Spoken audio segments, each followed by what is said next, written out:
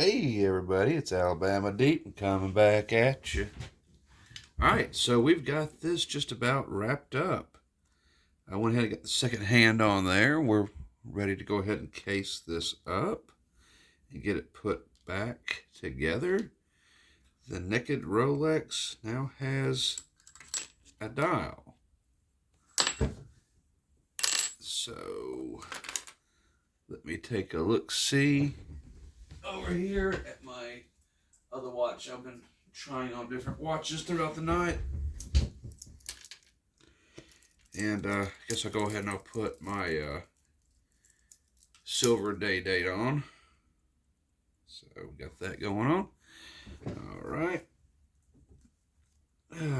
So this one won't have the Cyclops on it, as I had mentioned. But, we may just add a Cyclops to it later, because I don't think you've ever seen that before. Even Rolex, when they're doing one of their manufacturings of a Rolex watch, they do have to use adhesive on their sapphire for the Cyclops window. It's just something that they can't just chisel out and form as a whole piece. And a little bit of useless Rolex trivia for you. If you ever notice their deep sea that they have does not have the Cyclops on it. And that's just because its maximum depth that it is rated for. Once it gets down to that depth, the Cyclops will pop off with all the pressure that's being applied. Causes the adhesive and other parts of it to shrink up with all that pressure being forced in on it, and the glue just snaps. So it just doesn't stay on. So, okay, let's go ahead and we're going to case this.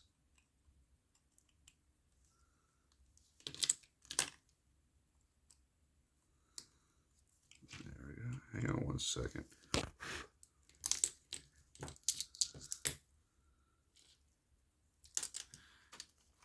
Blow that. Make sure all that is out. Now we can go ahead.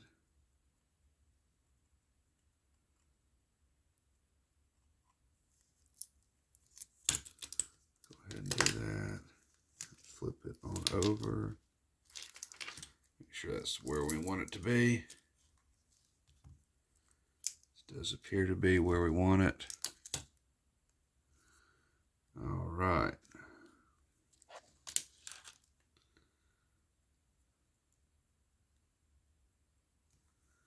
So let's go ahead and let's get the stem in. I always like bringing it to the edge a little bit when I'm putting the stem in. A little extra leverage.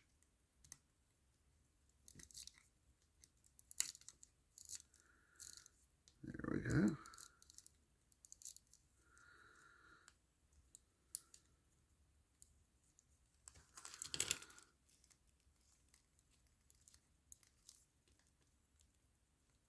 There we go.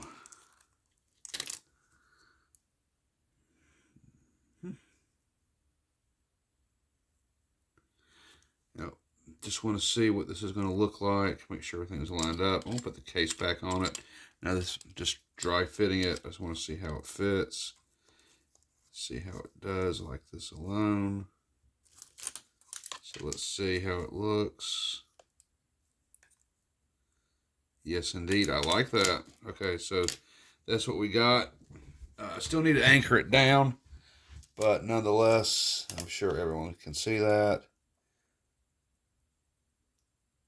Absolutely love it so far. Love it, love it, love it. Looks like everything's lined up correctly. That's just gorgeous. Love every bit of that. Yes, sir. Okay. All right, so now that we know it is where we want it to be,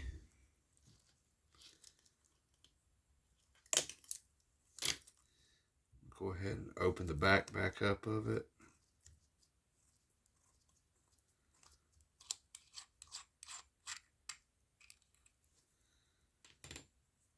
And at this point, I don't feel like I need my cots anymore. I'm not touching the movement per se. And I do wear the cots when I'm touching this now because all the oil's on my hand. I know my earliest videos I didn't believe in finger cots. I didn't wear them, but I definitely understand the importance of them now. So I would suggest to anyone working watches, finger cots are a must. Okay. So I'm going to try to get a hold of this. This little clamp piece doesn't want to go. All right, let's see what I am working with here.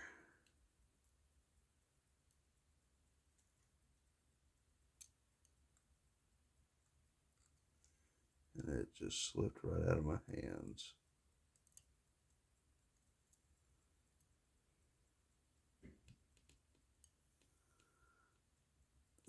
Okay. I got the wrong forceps here. Wrong tweezers. Anyway. Do I have my other set here? Because this is rather difficult trying to pick it up with these. I know I have two sets. So let me change them on over to my new set.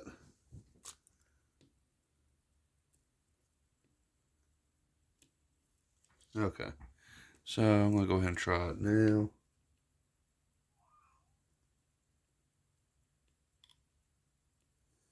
Yeah, these seem like they do work a little better.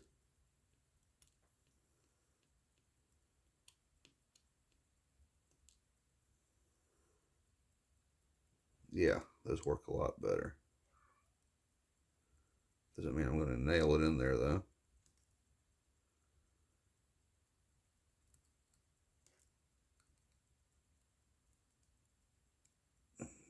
Not always.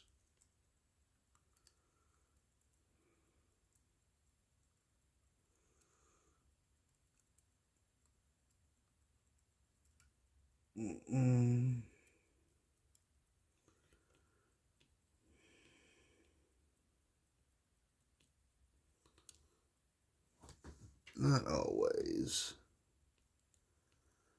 Yee.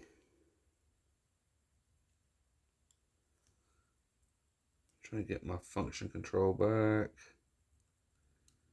It's not without some difficulty.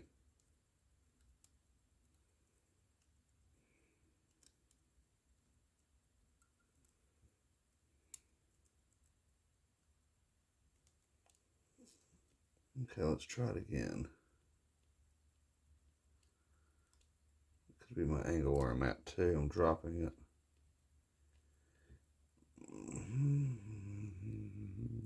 There we go. Haha. Alright, I think I will put on a finger cot because I may have to press down on this movement in order for it to fit in. There we go. I thought so.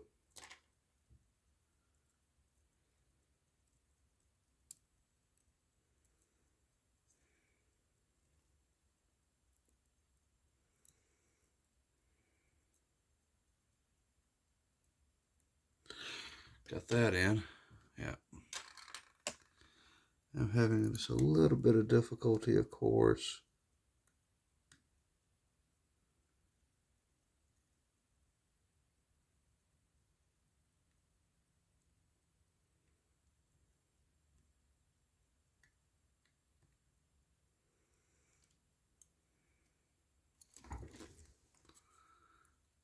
Huh. Let me see what's going on with that.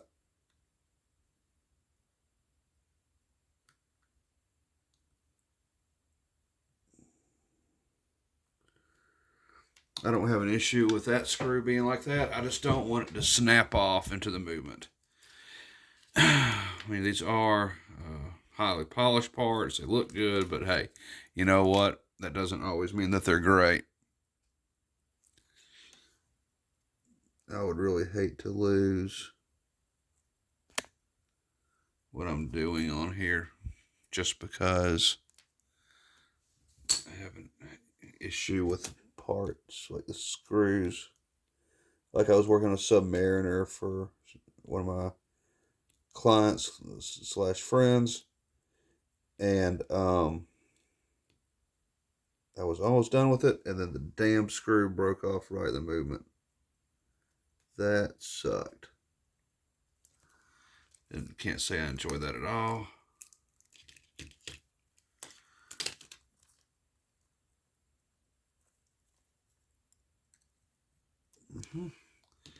That one is inside the movement now, so needs a little bit of Rada coat to probably try to get that out if I can. Or at least some wood.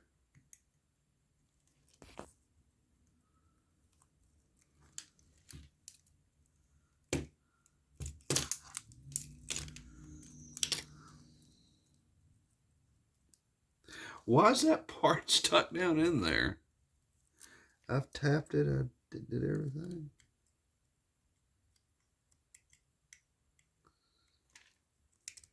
Wowzers, you are just in there, buddy. There it is. It came out now. Gosh, I don't understand that. But such as with watches, you never really know what you're getting.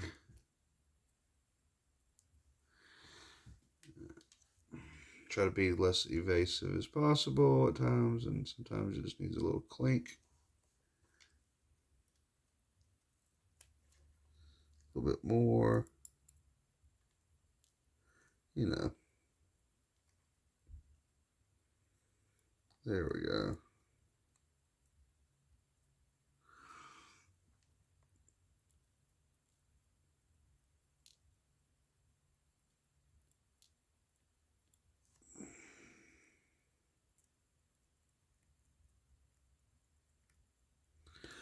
Okay, let's tighten you down.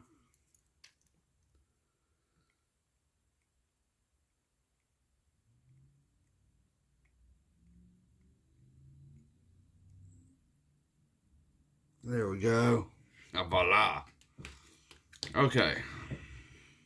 So the only thing I really have left is to put the gasket back on, which I'm going to do. I'm going to go ahead and I'm going to put a little bit of silicone grease onto it. And silicone grease will help it with its water resistance and so forth. So I think I can just apply that with my hand. Like so. It's almost there. Go ahead and put my cap back on there. Okay.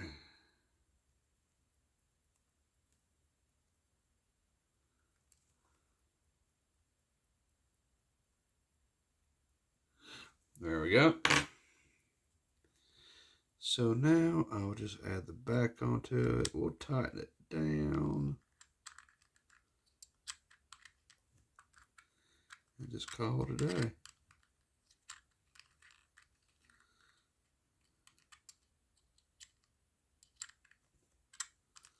Get the glove finger cut off.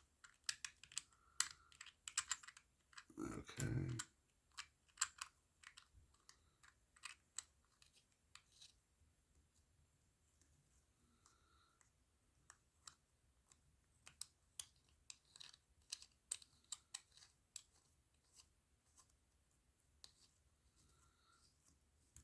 All right.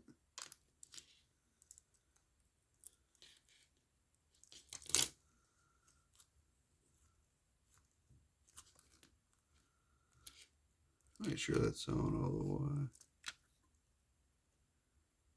No, I don't like that.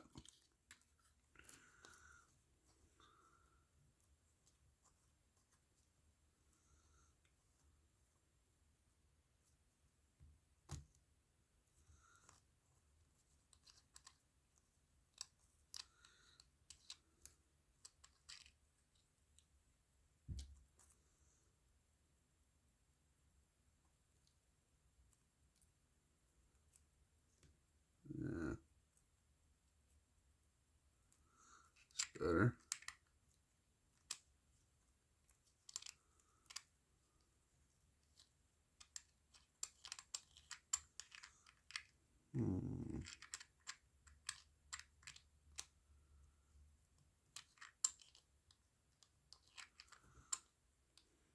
know how you're never supposed to force anything. Doing my best not to force it. There we go. That's good.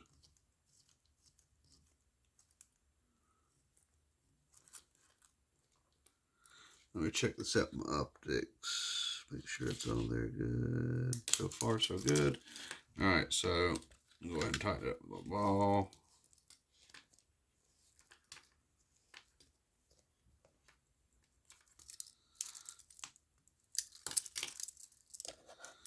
So we got that on there. That looks pretty good. Everything lines up.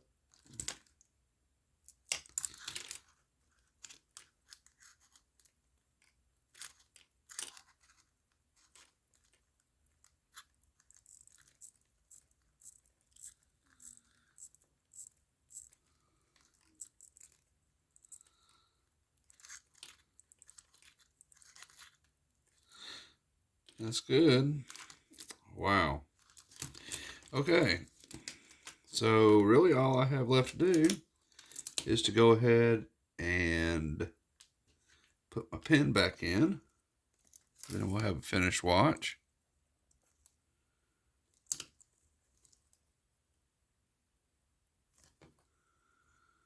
Yes, sir. So let's get the pin. Got my pen right here, of course. I'll move you down there.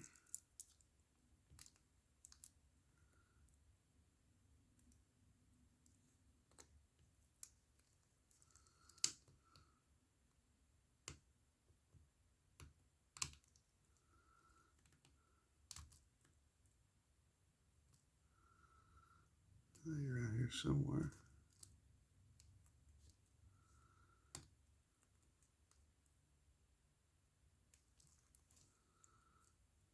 Oh.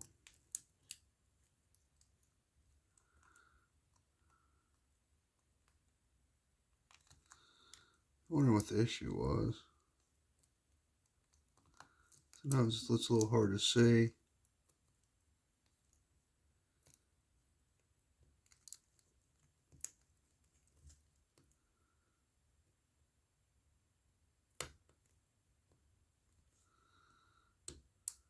There we go. Okay. I like this. I like that a lot. All right, so let me explain a little bit for you. Then we'll go and show you the watch a little bit more. You'll notice that Alabama Deep had these little pieces coming out of it. In the beginning, I removed this from one side of the movement. This was tucked on the other side of the movement. When you don't have a dial on it, for these particular cases, then you'll have sometimes when it's like a naked build, you don't have that dial that's on that lip of your rehalt, then you'll have to brace it some way so it won't shift. And so I use these little rubber gasket pieces, and I put that on each side of the movement and just kind of tuck it down there. It gives it a little extra padding, and it keeps the movement from shifting around and, you know, impacts and stuff like that from, you know, jarring to one side of the case on the inside. So that really helps it out a lot. But now that I have the dial in there, I don't have to worry about it. So that's taken care of. So that dial is on the edge of that rehalt. The movement is there. And of course, when I press down on it, it puts pressure on the dial to the inside rehalt. And when you screw it down with the tabs, that holds it in place. That takes the place of that little piece of plastic, that little piece of rubber that I was using on each side. But okay, so this is the finished product. This is just absolutely gorgeous. I love it. I love it. I love it. This is a build that I was really glad to do. I haven't had a Rolex with a white dial before. Well, I mean, I do, but they've been in gold, and this is in silver, and it has a gold crown. So that is a bit different. This is actually a very gorgeous watch. You know, I may leave it without the bubble. I kind of like it without it. So I may just go ahead and just do that. We'll just leave the bubble off of it. So yeah, this is good. I'll take this for $1. Sitting on the Oyster Band, very very simple. Doesn't have the Jubilee on it for once, thank goodness. The I'll go ahead and say that the Jubilee bands I can get at a bargain price, and I don't have to pay like $20 a piece for a band. I get them a lot cheaper than that. So I bought them in bulk, and that's what I have. I got a couple Oyster bands too, but they're nowhere near as cheap as what the Jubilee is. For some reason, I don't get that. You'd think the Jubilee would be more expensive with the more parts that it has and being put together, but nope, it's not. So let me look at this. Yes, this does have the quality in links on it that are numbered. So when I'm doing a rebuild like this, and keep in mind, all of this is aftermarket. The movement's aftermarket. The bracelets aftermarket. The case is aftermarket. The only thing on this watch that is legitimate from Rolex is the dial itself and the crown at this point. So that's the only original parts that we have here.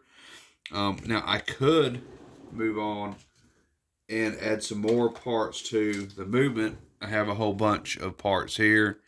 I keep buying them and stocking them up because these will interchange on this 3135. So that may be something I'll do on this one. But if I have any watch build that I do with a real case, I will try to take a 3135 movement and buy the parts to it and assemble it and put it in that watch to make it an original Rolex movement.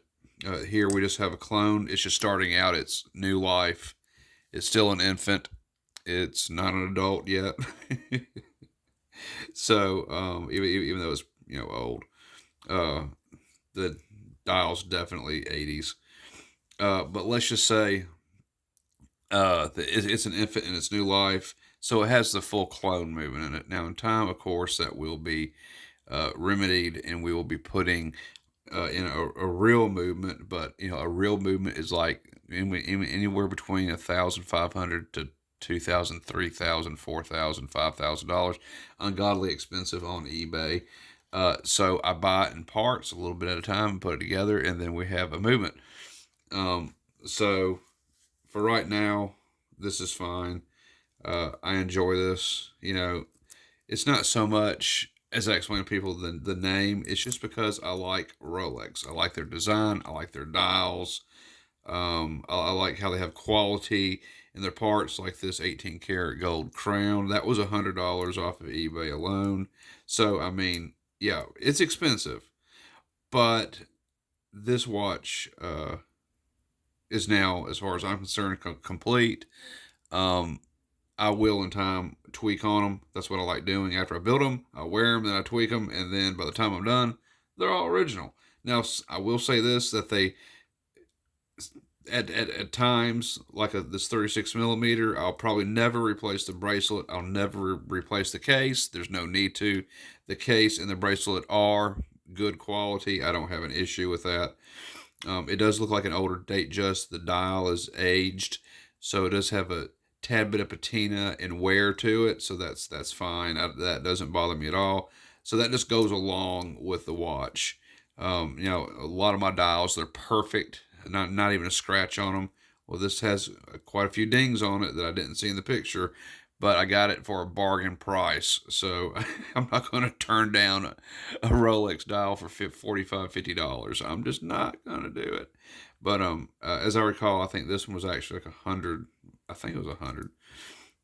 But I didn't see the issues with that. Had I seen it, I wouldn't have paid $100 for it. I would have talked them down to at least $60 or so with the damage that it had. But they did pretty well not showing that. I think they did that intentionally just to make as much money as they could off of it. But in the end, I'm happy with it. It's Rolex dial. It's very beautiful. It's a Datejust, not day date. So that's something beautiful I can add to my collection now. So that will go along with my other Datejust that I have up in there that has a steel case and a gold dial. It has its own box of papers now.